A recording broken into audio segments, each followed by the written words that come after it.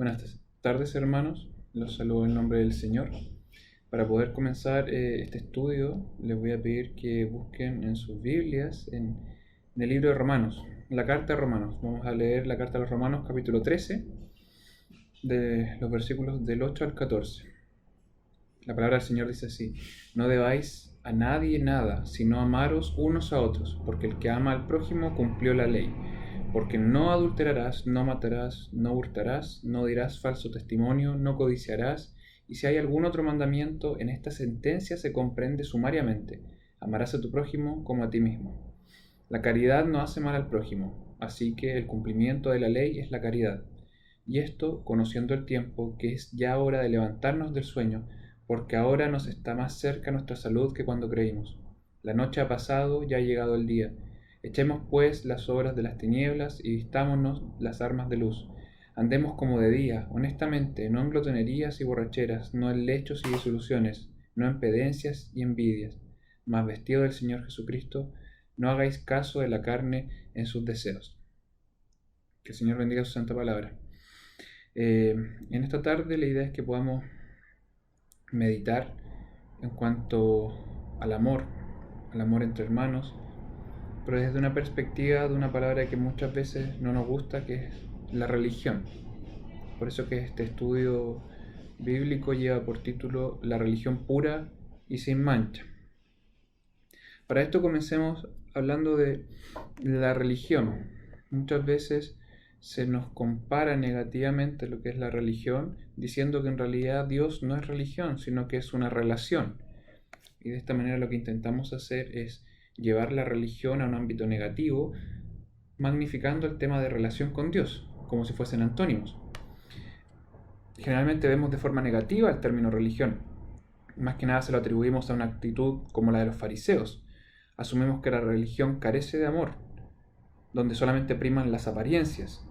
Y de esta manera la palabra religión pasa muchas veces a ser un sinónimo de alguien que solo cumple apariencias, que ha perdido todo amor. Y para poder referirnos a esto específicamente debemos ir a la palabra del Señor. Por eso que lo que vamos a estudiar en esta tarde es específicamente Santiago, capítulo 1, los versículos 26 y 27, versículos que muchos de ustedes ya deben conocer.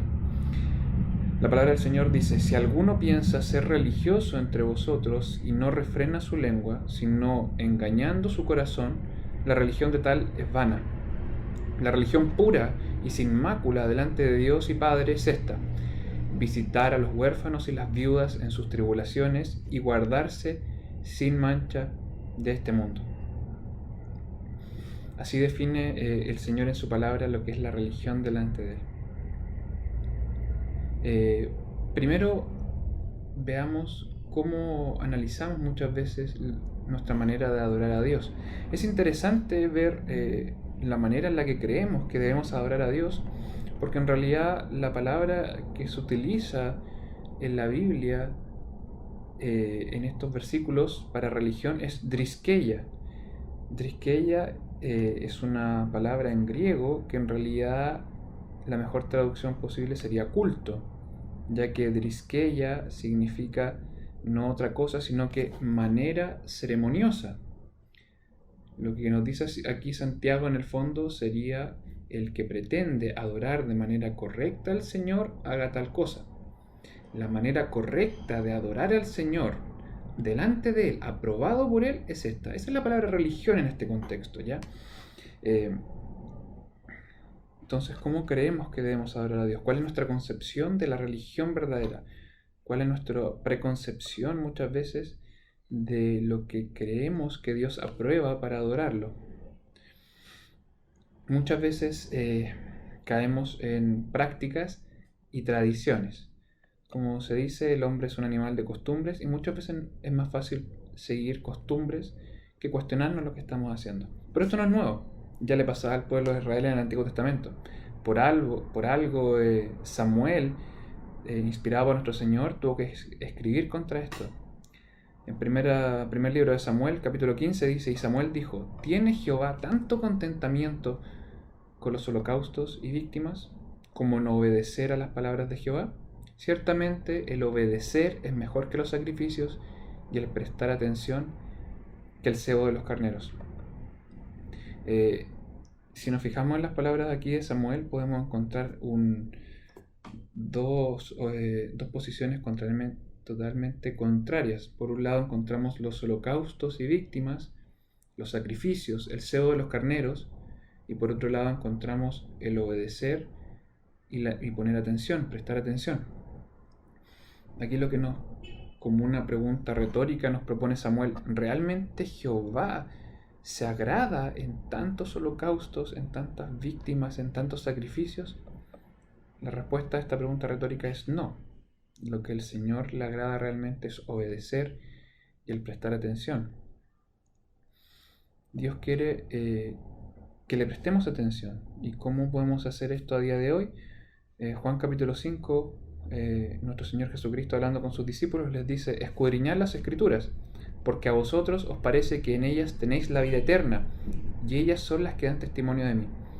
Entonces, la primera cosa, el Señor no se contenta realmente en los sacrificios, en nuestras costumbres, en nuestras prácticas, que ya llevamos por muchos años, que ya le hemos perdido, como la iglesia en el Apocalipsis, el primer amor. Ya simplemente lo hacemos por cumplir. El Señor nos agrada de eso. Lo que se agrada en primer lugar es que prestemos atención. ¿Y cómo prestamos atención? Escudriñando su palabra. No leyéndola, sino que escudriñándola, estudiándola en profundidad. Podemos dar mil excusas, que no tenemos tiempo, que nos cansa, que nos aburre, pero hermanos, por lo menos partamos de un versículo, escudriñémosla, vayamos a lo más profundo, consultemos en la iglesia, preguntémosle al pastor, preguntémosle a los ancianos, preguntémosle al hermano que hizo el tema, preguntémosle al profesor de la clase. Escudriñemos las Escrituras, pongamos atención, en eso se agrada al Señor. Segunda cosa en que se agrada al Señor: en obedecer.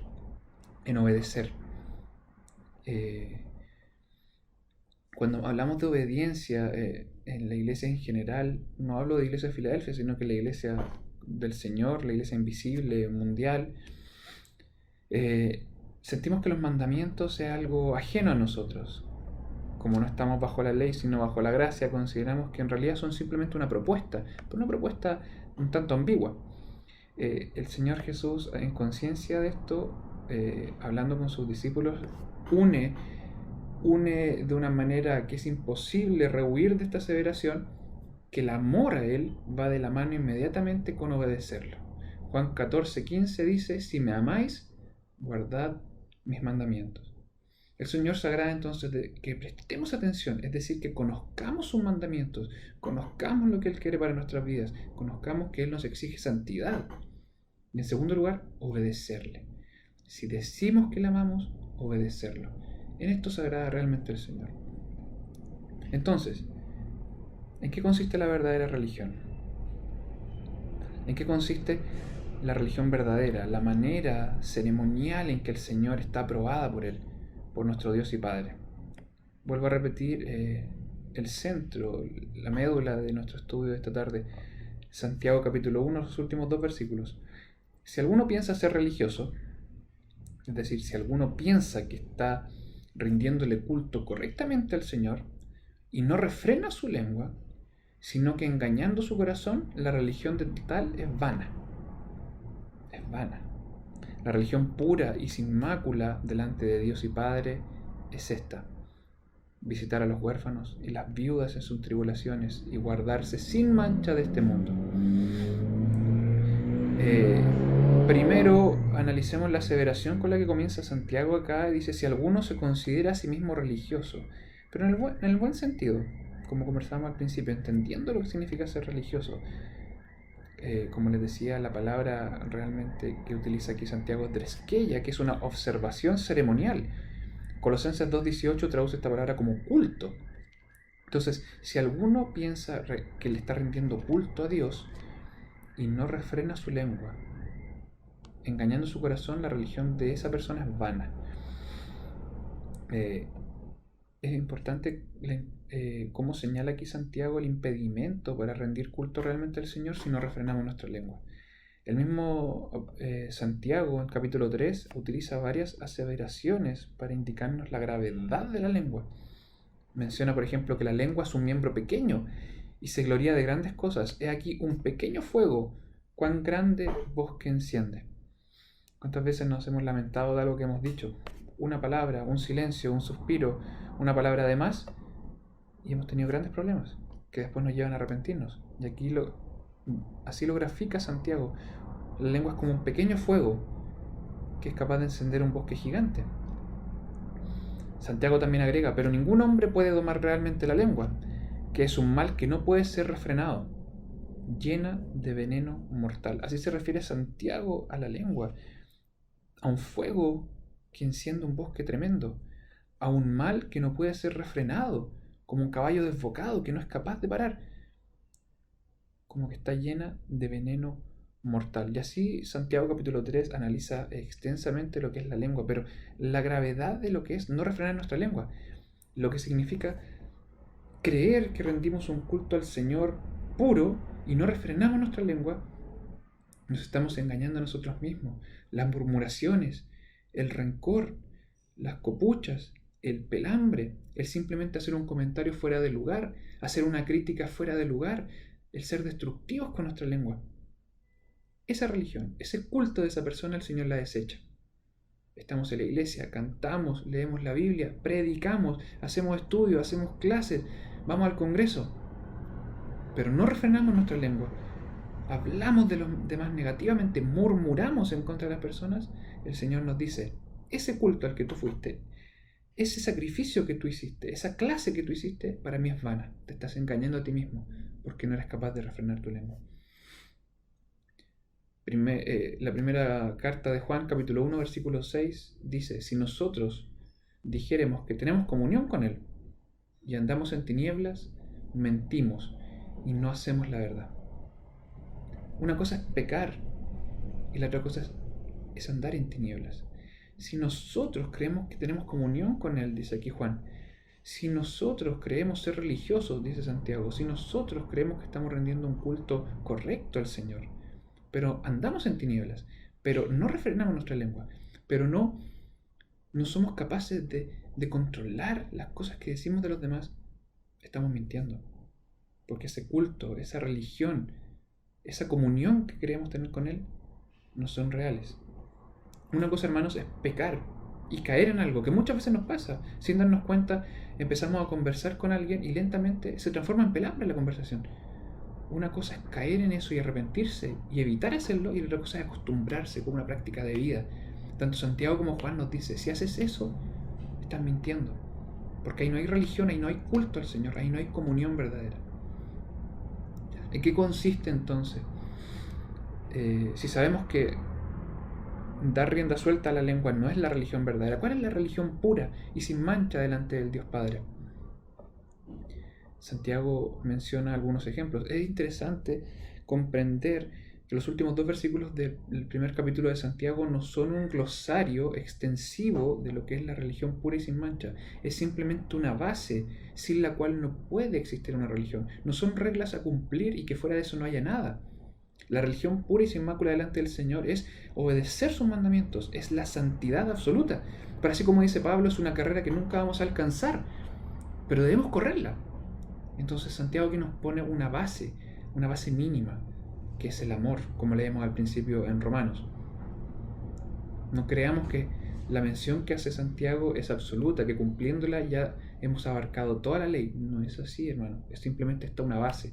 ¿Pero en qué consiste esta base? En primer lugar, visitar a los huérfanos y a las viudas en sus tribulaciones.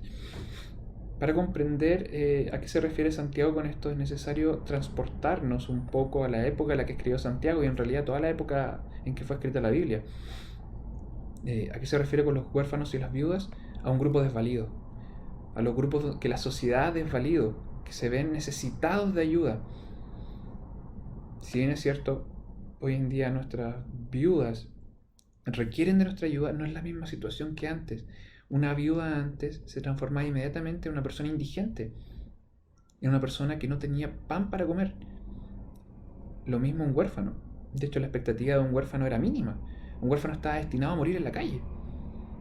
Si bien es cierto, la situación hoy en día no ha mejorado mucho, sí es más viable que un huérfano logre salir adelante a diferencia de sus años, que era prácticamente una condena de muerte ser huérfano. Entonces, cuando se refiere Santiago a visitar a los huérfanos y las viudas, lo que se está refiriendo es suplir a los grupos más necesitados.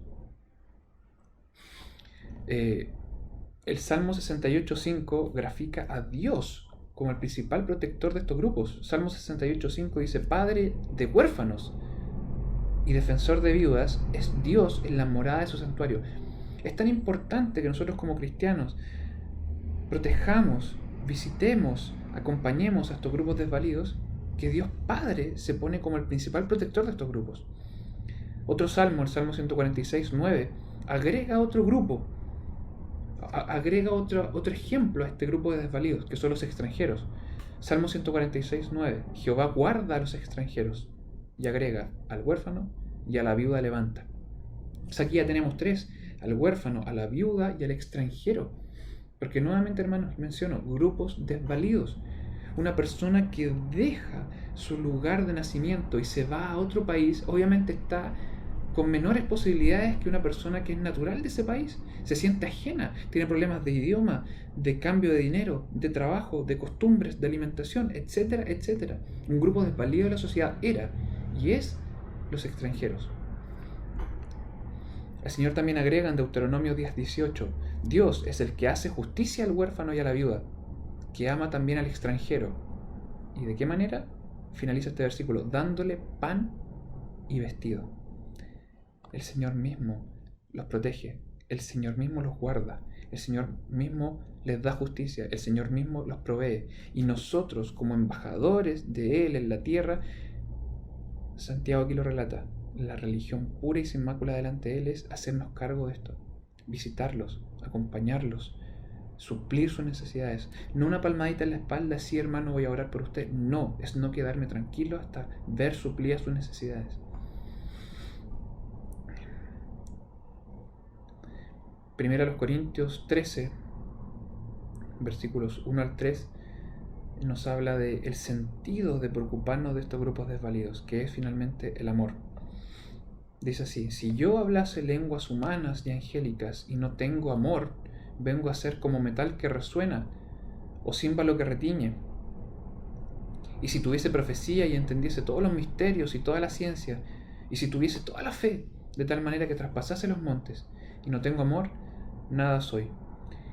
Y si repartiese toda mi hacienda para dar de comer a los pobres, y entregase mi cuerpo para ser quemado, y no tengo amor, de nada me sirve. Así de importante es para el Señor que manifestemos nuestro amor en actos. Si se fijan ustedes, si yo hablase lenguas, no solamente humanas, sino que angélicas, si tuviese el don de profecía, si entendiese todos los misterios, si tuviese todo el conocimiento del mundo, si tuviese tanta fe como para decirle a este monte: monte, tírate al mar, y el monte se traspasase, si fuese tan bueno que repartiese toda mi hacienda para dar de los comer a los pobres, si inclusive entregase mi cuerpo para ser quemado, que el Señor dice que ninguno tiene mayor amor que este, que da su vida por sus amigos. Si hago todo eso, pero no nace de un amor sincero, nada me sirve, de nada me sirve. ¿De qué me sirve servirle culto al Señor? ¿De qué me sirven los sacrificios? ¿De qué me sirve la costumbre y la tradición si no lo hago por amor? De nada me sirve. Filipenses 2, 3 y 4 agrega: nada hagáis por contienda o por vanagloria, antes bien en humildad, estimándoos inferiores los unos a los otros, no mirando cada uno lo suyo propio, sino cada cual también a lo de otros. Aquí agrega un nuevo nivel a qué consiste este amor. El amor es humilde y el amor es empático. No podemos vivir una religión delante del Señor, no podemos creer rendirle culto, no podemos creer que nuestras acciones puedan agradar al Señor, que nuestra clase sea agradable, que nuestro terno y corbata, que nuestro vestido sea agradable, si lo hacemos por contienda o por vanagloria, si no lo hacemos con humildad, estimándonos inferiores unos a otros. Y más allá, debemos ser empáticos. Pablo le escribe a los filipenses claramente: no mire cada uno lo suyo propio, sino cada cual también a lo de los otros. Hermano, no seamos egoístas, seamos empáticos. Y aquí quiero hacer un paréntesis. la falta de empatía que nos ha llenado como individuos, y me hago parte de esta crítica como iglesia, la falta de empatía hacia los grupos desvalidos, hermanos, hacia los haitianos, hacia los extranjeros. ¿En qué momento nos volvimos racistas? ¿En qué momento dejamos de tender la mano? ¿En qué momento nos dio asco invitar a un extranjero a cenar en nuestra casa? ¿En qué momento nos dio asco darle la mano a una persona de raza negra? Cuando el Señor exige eso de nosotros. ¿Cómo nos damos cuenta que una persona que vive en otro país, que ha dejado su país por necesidad económica, ha dejado su familia, ha venido a otro país donde no habla ni siquiera el idioma, donde tenemos costumbres distintas, el miedo que debe sentir, la soledad que debe sentir, y nosotros lo vemos con asco, lo vemos con enojo, lo vemos con ironías? Hermano, los extranjeros, ¿en qué momento carecemos de empatía hacia nuestros ancianos? Donde suponemos que tienen las mismas capacidades físicas muchas veces que nosotros, los más jóvenes. Un anciano está limitado en cuanto a los viajes que puede hacer caminando, los dolores que tiene, la necesidad que tiene de ayuda, muchas veces para poder arreglar una puerta, para poder ir a comprar el pan. ¿Cuántas veces nos hemos puesto en el lugar? De eso se trata la empatía, como dice Filipenses, no mirando cada uno a lo suyo propio. Yo compro mi pan, yo arreglo mi puerta, no hay problema. ¿Cuántos ancianos hay que necesitan de ayuda para pararse de la cama? Pero nosotros nunca nos lo cuestionamos, porque a nosotros no nos cuesta nada pararnos de la cama. ¿Cuántas veces nos ponemos en el lugar de nuestras viudas? La necesidad que deben tener de compañía, el sostén económico que quizás les pueda faltar. En el caso de los varones, ¿cuántas veces nos hemos puesto en el lugar, hemos sido empáticos? Vuelvo a reiterar, como dice Pablo a los Filipenses, no mirando cada uno lo suyo propio. Nosotros los varones, al caso de las mujeres, ¿cuántas veces los varones nos hemos sentido miedo al caminar por el centro porque está lleno de personas? ¿Cuántas veces hemos sentido miedo a volver de noche a nuestras casas? ¿Cuántas veces hemos sentido miedo a que alguien nos siga muy de cerca?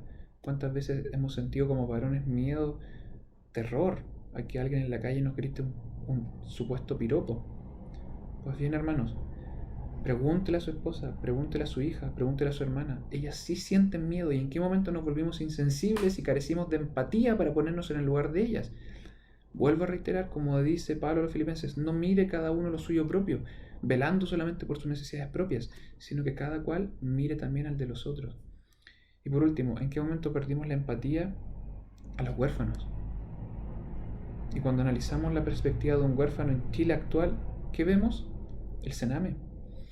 Porque es muy fácil, desde nuestra perspectiva, defender la vida que está por venir, pero esa vida cuando nace, ¿quién se hace cargo? ¿Cuán necesitados están? En el mejor de los casos, un regalo para Navidad en Correos de Chile. Pero hermanos, la adopción. ¿Cuántas veces hemos considerado la adopción? ¿Cuántos hermanos en nuestra iglesia lo podemos ver de forma negativa esto? Pero el Señor dice que Él es el Padre de los huérfanos. Nosotros vemos de una forma distante a los huérfanos, que ni siquiera somos capaces de hacernos cargo.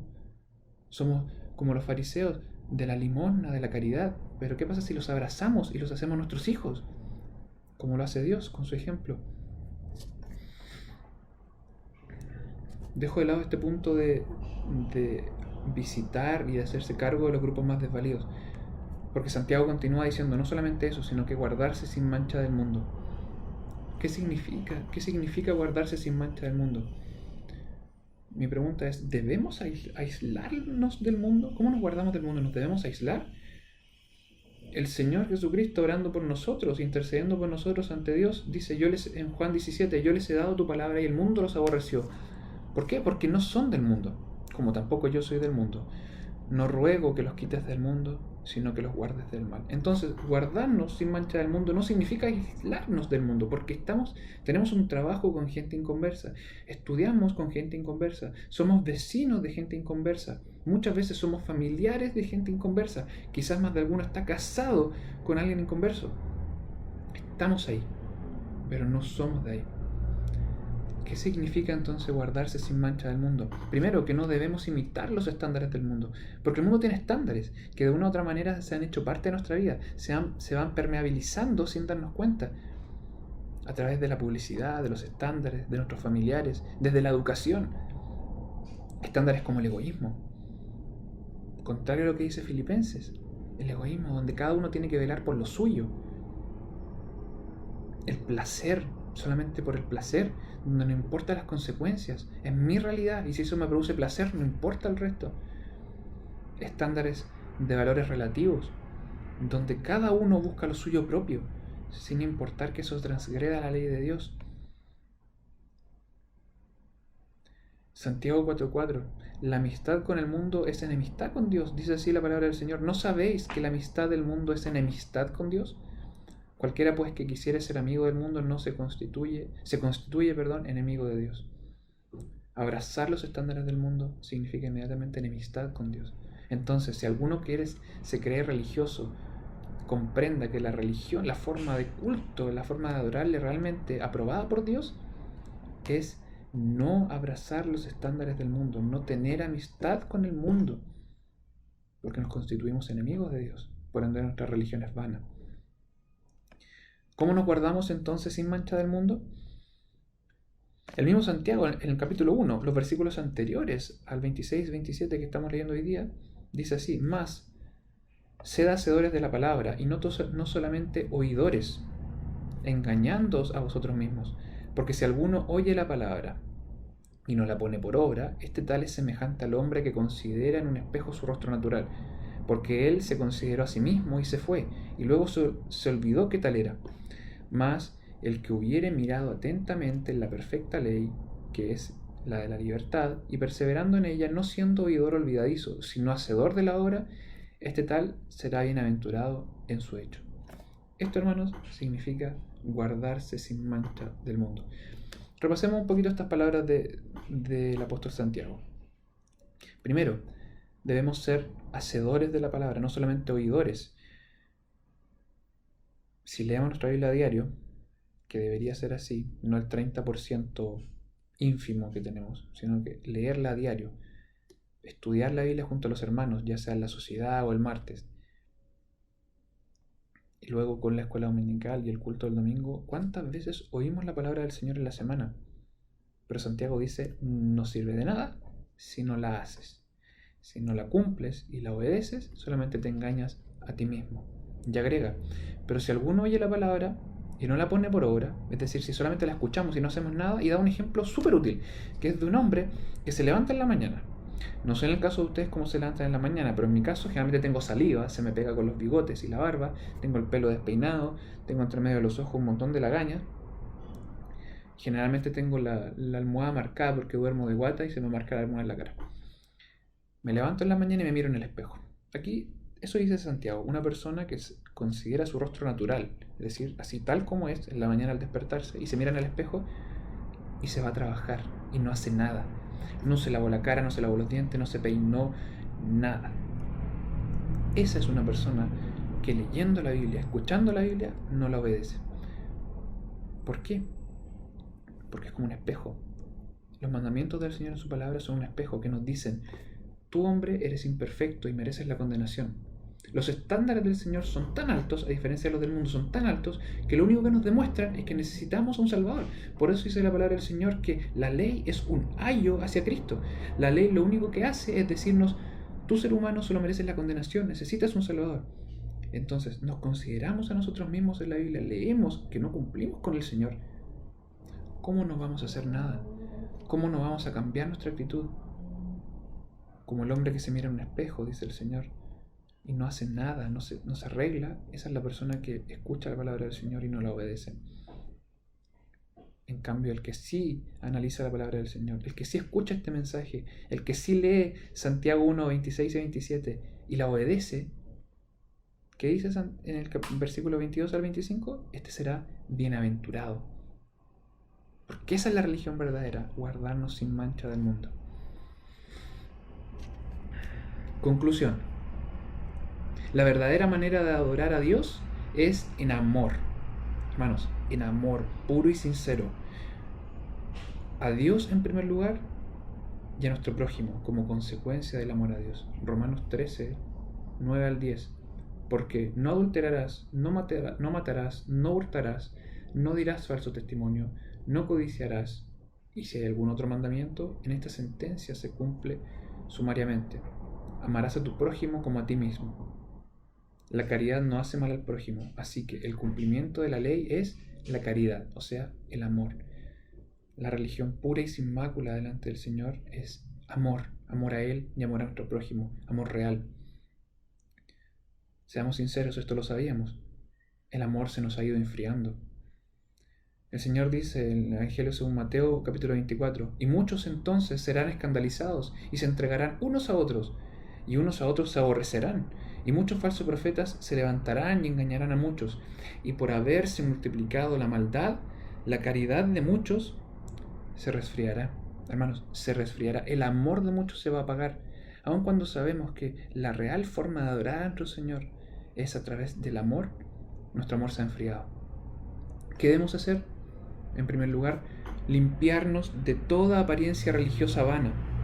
Como los fariseos, el Señor, las palabras que tiene el Señor para los fariseos en Mateo capítulo 23, entre otras muchas palabras, porque dicen y no hacen, como nosotros, porque atan cargas pesadas y difíciles de llevar y las ponen sobre los hombros de los hombres, pero ni aun con su dedo las quieren mover. Es decir, porque dicen muchas cosas, porque dicen que la ley de Dios es esto y esto otro, y no son capaces de cumplir. ¿Por qué? Antes todas sus obras hacen para ser mirados de los hombres, las apariencias, y aman los primeros asientos en las cenas y las primeras sillas en las sinagogas. Podríamos agregar sentarse en las bancas y cantar fuerte, y ir con terno y corbata, y ser muy pulcro, y llegar temprano, aprenderse el versículo, hacer preguntas en la clase, pero no por una motivación de amor, sino que para ser visto por los demás. Entonces, primera cosa, limpiarnos de toda apariencia religiosa que es vana. Y por último, no nos cansemos, hermanos, de hacer el bien. No nos cansemos de hacer el bien. Gálatas 6, del 9 al 10. No nos cansemos pues de hacer el bien, que a su tiempo segaremos, si no hubiéramos desmayado. Así que entre tanto que tenemos tiempo, hagamos bien a todos, y mayormente a los domésticos de la fe. Y mayormente a los domésticos de la fe. ¿Qué es la religión? ¿Qué es el culto verdadero a Dios? Es el amor. Es el amor a Dios. Es el amor a nuestro prójimo, el amor real.